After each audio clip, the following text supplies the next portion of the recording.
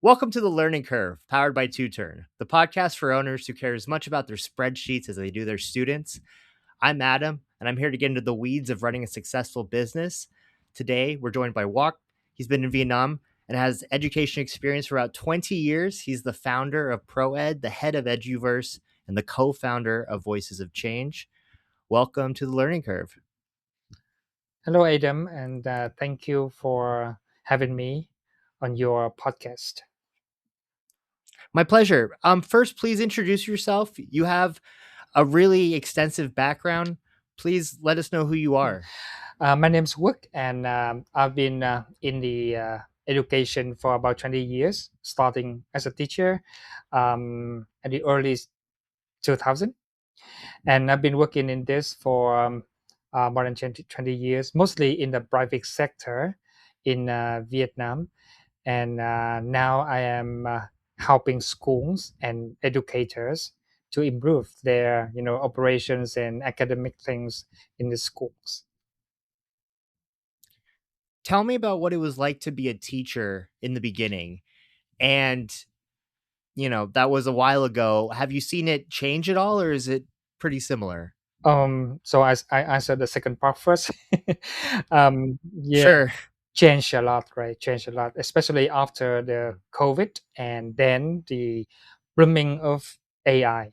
So it changed a lot, and also it may depends on the culture too, right? In Vietnam, in the past, teachers has a kind of very powerful authority in class. Um, they are the one who have all the knowledge, and they have the student with the knowledge. But now I think the roles have changed a lot. We are not the knowledge, how do you say, the knowledge transmitter, right? No more. They can find knowledge everywhere and in the blink of the eye. So I think the roles change a lot, especially for teachers. And if you ask me, 20 years ago when I first started as a teacher, it's a long time, but I still remember was very excited to be in a class for the first time. My first class was the seventh grade. It was about 12 years old, right? 12 years old, and even now I still have some connection, some connection with the student then. And most of them now, they are doctors, they are teachers, and they work in many professions. But that was very exciting. Yeah. Tell me about what you did after you were a teacher. Where'd you go from there? um I only taught for about, I think, 10 years. Um, my first job, my first teaching job was a public school, like secondary school I just mentioned. And after about 2 years, I started my teaching job at an English center in Ho Chi Minh City. And I worked for that center for 17 years. Started as a teacher, and then I worked in the academic department, the R&D specialist, the training specialist, and then academic manager. And I managed some campuses around Ho Chi Minh City. And then I moved up to the training and development manager, in charge of the whole in the whole country, about 40 to 50 campuses. Yeah. That was all 17 years before I quit the job. Yeah. With the English centers, can you tell me about maybe the evolution of that? Because I think that changed a lot in 17 years Yeah. as well. And just what the landscape looked like. And also, I'm sure the levels of the English, as probably like their kids are learning English probably faster now or at an earlier age. Like, can you tell me if the students' goals have changed over that time, or like the importance of English and just how that whole exam and language center has Yeah, evolved in in Vietnam? Vietnam, I think it changed a lot. It changed a lot. They do have, I think they still have one ultimate goal, that is, communication and international standardized certification, like IELTS or Cambridge for kids and things like that. Um, but they change a lot. For example, in the past, people mostly focused on um, how they get better English at school. I mean, at public school, right? So they go to extra classes, and in the past, not a lot of people they went to English center to do Cambridge Flyer starter movers, but later on, more and more kids went to English center to do that, and recently people went to English centers for IELTS and things like that. Also, they are changing in the the ways they learn English. For example, in the past they only learned at school. Now they can do it online, especially after the COVID, and then with the app. So many schools now, English Center, for example, they integrate some apps into their curriculum. So there are some kind of changing like that. Yeah. While you were at the English Center, what are some lessons you learned regarding teacher management, operations, student Yeah, management? that is a whole different story, right?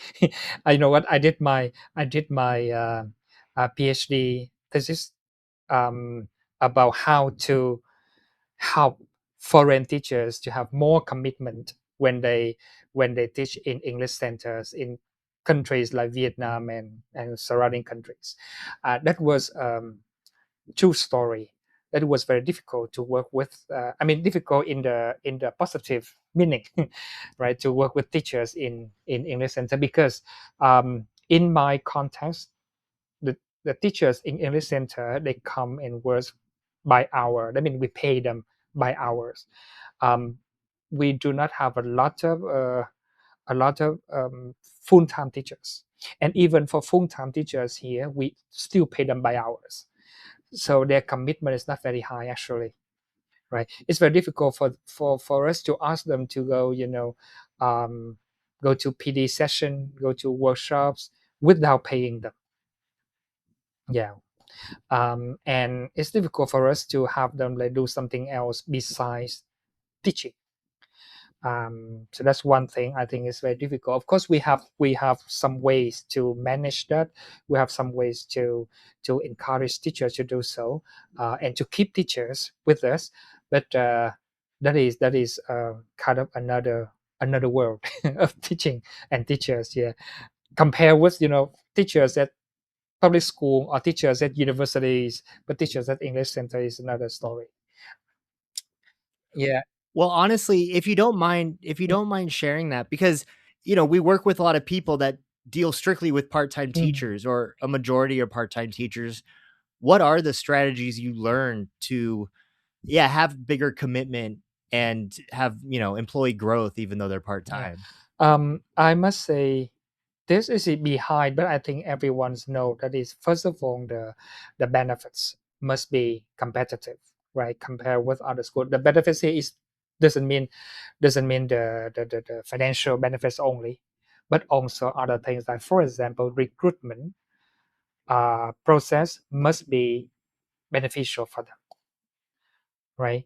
Um, Career path must be clear for them. Even though in English Center for part-time and even full-time teacher, we do not have a lot of good career paths for teachers, because the position is limited, but the number of teachers is a lot. We also need some ways to get things done easily for teachers. For example, only operations things, lesson planning, and also when we apply new tools, new teaching tools, we need help a lot. So in the school that I used to work for, we have a team of we call academic um, manager that help teachers, and we have a separate department we call teacher care department. and that academic manager is the head of the teacher care department. So they will be in charge of helping teachers in academic things, and also in other things too. Even some people will help teachers to find uh, rentings or houses and things like that. So that is one thing I think we need to focus on to help teachers stay with us longer, besides all the other things. Mm. For a center owner that does work with a lot of part-time teachers, what is the quickest or easiest thing they could do that would help them with teacher retention? The number one thing you tell centers to do. Yeah, I think care. Care is the most important thing, right? Care here is that pay attention to their working condition and living condition, right? Mm. For some small or new owners or centers, they do not have a lot of I think they do not have a lot of financial advantage to to keep teachers, but um, they can they can do some other kind of cares so that teachers can be there with them. What are some other kind of care? Yeah, Could you give I examples? mean the conditions like helping them prepare lesson plan, helping them so or be there when they need it. This is one thing that I think is very important, kind of an important lesson for me when I worked with the other school. You know what? Before I was there, they have like one manager in charge of 4 or 5 campuses. But later on, the owner they wanted uh, to have like only one campus, one manager, so that the manager can be there right away to solve all the problems, not only with teachers but also for students and things. But I think that motto is very important, because whenever teacher needs you, you are there with them. They can go to your office, or they can see you on the on the hall, on the corridors, and ask any questions about school, about their classroom, about a student, and you can help them.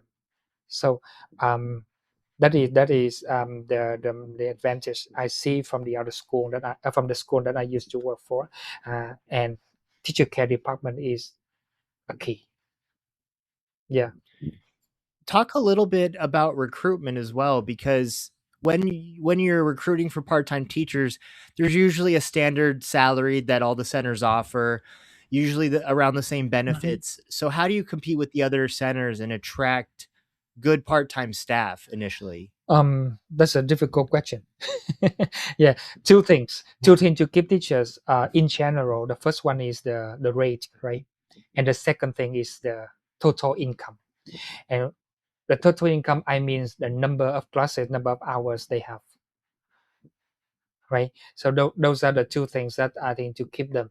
Um, and besides that, of course, we have kind of the minimum benefits, and then also some added values benefits to give teachers some benefits. Like for example, in my situation, in my condition, I see that um, especially for foreign teachers or expat teacher, they come here, they will need insurance a lot, because most of them come to a new country alone, and if they have some kind of insurance to cover when they need, I think that's a very very attractive benefit for teachers.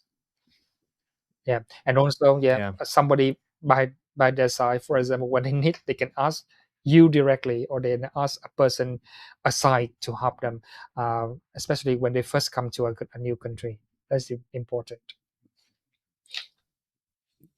After you worked at the English Mm. Center, you went on to That's consulting, right. right? Mm. Can you talk a little bit about that? And going from one center to seeing a lot, what are some similar problems you've seen, and how do you approach those? I worked for one center, but luckily I was not in the same position for 17 years. I was in, I think, 6 or 7. I used to count when I left. I used to count how many position I was there, and it was 6 or 7.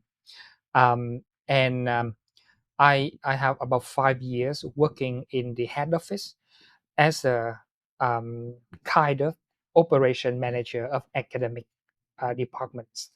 And in that position, I work with a lot of departments. For example, marketing, event, and HR, and even with sometimes with the accounting. So when I work with them, and I also have a chance to work with other companies too, other publishers and things. So I had a kind of overview of how things goes for a school. And when I started my consultancy, so um, not a lot of differences, I can say. Of course, there's some, for example, teachers in K-12 will be different from teachers from English centers. Most teachers from K-12, they are much better. They are kind of the star of the country, of the industry. um, and they were um, recruited by higher schools, like international school. And student in K-12 is different too.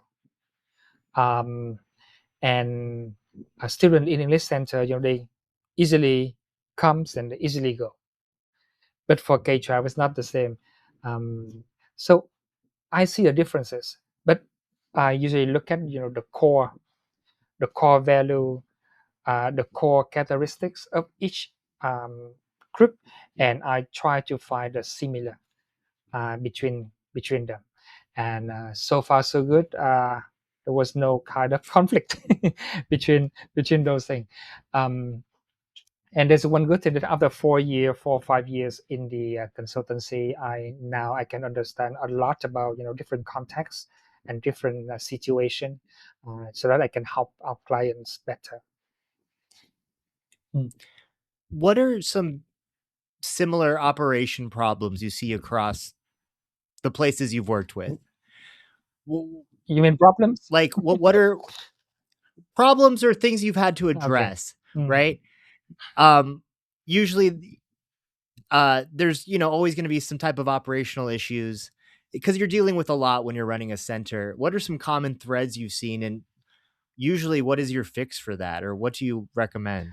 Um, I think the problems is how to manage teachers' hours are the same, right?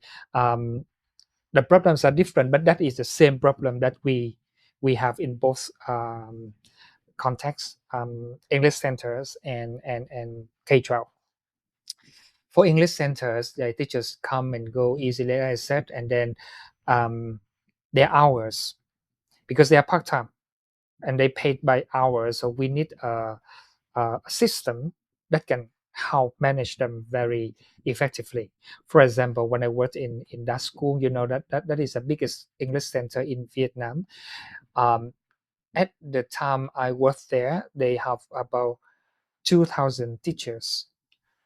Yeah, teacher and TAs, right? And half of them are teachers, half of them are TA, and half of the teachers are foreigners.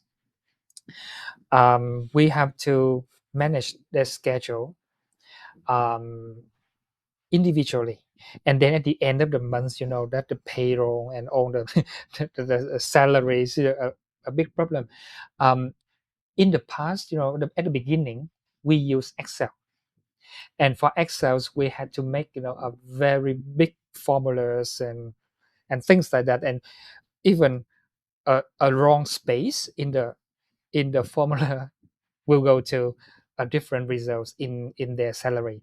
So later on, we have the platform, we have the software, so that when we can assign them into the course outline, and then at the end of the month, their salary will be automatically calculated. And then all the other things, like their absence and their problems with students, and then we all record it in the system, easily for us to track. And then at the end of the year, we have a kind of a ranking of teachers who are good, who are not so good. So that is the problem with the English centers, and that will be the same for schools. Not the same problem as I said, but we also need to manage their hours, but not only their hours, also the insurance and all the other things. And for many schools that used to be my clients, most of them they do not have an effective enough software to do so, and it's difficult for them to track. When teachers they quit their job and then they reapply and things like that, it's difficult for them to track the records and things. Um, yeah, so that is, I think, very very difficult for schools to manage teachers. Has the same problem. I mean, yeah, you're describing our exact customer profile. Yeah, you're right. I mean, that's literally why we designed what we designed, was because yeah, that's the biggest headache every single place I go. Yeah. Student is also another problem for schools and for extra curriculum centers. And as I said, students are different. In English center, they do not think learning at in this center is something compulsory for them, right? So manage them is difficult. But in K-12 schools, they know that that is the main school, main subject they have to follow, they have to complete that. So academically, uh, it's different. And also for management is also different, right? In English schools, we have to have a stronger management software so that we can follow each student, their CLV, their um, records, their academic records. I mean, but and you can see they can go to your school for 3 months, one course, and then they stop for two courses, and then they go back, something like that. So it's very difficult for an English center to follow the students if we do not have a strong enough software. But for other K-12 or other situation, it's easier because at least they will be there with us for a year. Hmm. Working with the owners, how do you feel about tech adoption? Are they open to new software or changing softwares? It depends. It depends on the owner. I mean, yeah. And in Vietnam, one of the good things of Vietnamese people is we are very open to changes, open to new things, and we are, you can say that, the early tech adopter. However, it also depends on other things like the financial situation, and also the stability of the school too. I used to work with clients. They see the problem. Actually, they see the problem, but they do not think it's good to change at that time, depending on many other factors. Um, so yeah, school here they really want to have tech support, tech platform and tech software and things, but to have it implemented in their school is another problem. Yeah. Tell me about EdUverse. So, you have this consulting, but the EdUverse is very interesting. Can you speak on what you're doing there? Okay. EdUverse is the other side of ProEd education solutions. So for ProEd, we have, you can say that, you can imagine that we have two sides. One is to earn money, that is a consultancy, and one is to give back to the community, that is EdUverse. So for EdUverse, this is a totally free platform or free space for teachers to join and get all the benefits from EdUverse. So for EdUverse, we started it as a moment when I came to a remote area in Vietnam to help my friends' schools. At that time, it's about, I think, about 5 years ago. I went there to have his schools, to watch a class, to help some teachers, and um, I saw the moment. That is when I observed the class. I saw the students. I saw the teachers. The class went okay, but not as good as I expected. So then I said that those students and those teachers, they should have had the similar or the same benefits as the student and teacher in my city, which is a big one. That's one. That's why I created EduVerse so that I can connect those teachers to the one who have more knowledge, who has more expertise, who has more condition, so that they can help each other, but not not one by one, but it is just a space, right? So we have newsletter, we have webinars, we have podcasts, and we have on other things, events, something like that, and all free for teachers to come enjoy. Right. So currently for EdUverse newsletter, we got about 20. I mean, the upcoming is the 28 issues, and we do it once a month or twice a month. Yeah. That really aligns with what you talked about making communities for teachers here, because I think especially if you're a foreigner too, it's hard to find a community to connect Mm. to. So I think that's quite good for you to help provide Yeah, that. and that community, EdUverse communities, now we have about 7 or 8,000 members. We do not have an official, membership or things like that, but they follow us on LinkedIn and on Facebook. So altogether, we have about 8,000 members there, and from many countries. So that's also a good thing that we can reach, wider audience. That's amazing. And you're doing another project that's launching soon. Can you talk about Yeah. that? We just started Voices of Change. That is um, a little bit different from EdUverse. It's also a kind of community, but for EdUverse they come and then they take from other educators, right? And that is created by a company, Bright Education. But for Voices of Change, we gather a few educators, and Voices of Change is created by educators and for educators. And people who join VOC, we call VOC Voices of Change, they can join them free. However, besides taking from the community, they can share, they can contribute to the communities. And the good thing is they can earn some compensation, I mean financial compensation back. Uh, the reason why we created this is that we want their voices, teachers' voices, to be heard beyond the classroom. Um, we know that teachers, they have a lot of ideas, they have a lot of creativeness, right? Creativity. So usually their job is inside the four walls of a classroom, day by day, is rarely heard by others, and I think they should, or they need to be heard, and their job, their voices, their ideas should be heard and should be shared by others, and better if they can get something back from that. So Voices of Change is a space for communities. We one more how do we say, one more value, okay, of VOC is that we make it very accessible to share. Um, an example is if you are a teacher and you want to get your ideas published by a publisher, that will be a long process and not easy, right? But for VOC, we make it easier.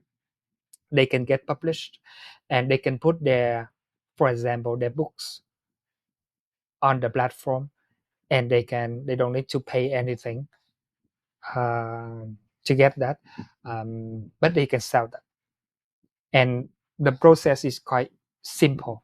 It doesn't mean that we low down the quality. We have our own quality standard, but we do not make it as complicated as needed.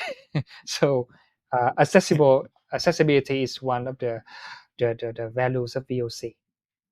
Tell me about the upcoming event as well. What's going to happen Yeah, there? we created VOC, I think a month ago, 2 months ago, and after the preparation and the setup, we will have the global launching event for VOC on the 7th of July. We choose, the double 7 day, 7th of July. And that is the like our official announcement to the world that VOC is there. And please come and join us. So during that global event, we will have besides the announcement, we also have invited guests to speak, to share about community, to share about the current trends of education and all the things there. And VOC not only for individual teachers, they also for organizations, for schools, for edtech companies, for educational companies who can come and then who want to reach a wider audience, the communities who want to promote their products or their services or their quality. So we are there to help them. So that is the upcoming event on the 7th of July. Yeah, and That's yeah, exciting. we invite all educators to come and join us, and that's not only the only event. That is only the first event, and then we have many more events later. Um, Events, webinars, roundtables. So we already planned for that. Pretty excited, yes. That's perfect. I know you're very busy. Where can people find you and learn more about all of these? We have VOC websites. Very easy to remember, voicesofchange.education. So that's our website. And then we also have LinkedIn. For EdUverse, we have EdUverse on LinkedIn and on Facebook. Yeah, and on our website. So we work a lot on online and from LinkedIn and Facebook. Perfect. Thank you so much. We're going to have links for all of Mm, that on the website and the YouTube, so don't worry. But thank you so much. I'm very excited. I'm looking forward to all the events you have this year, and thank you so much for coming on. I yeah, appreciate you are it. invited too, right? I will send you the link. I'll be there. I'll be there. I'll send Yeah. you the Yeah, please do. Thank you. link. All right. Thank you so much. I appreciate it, and I'll see you at the event, Yeah, okay? see ya. Thank you.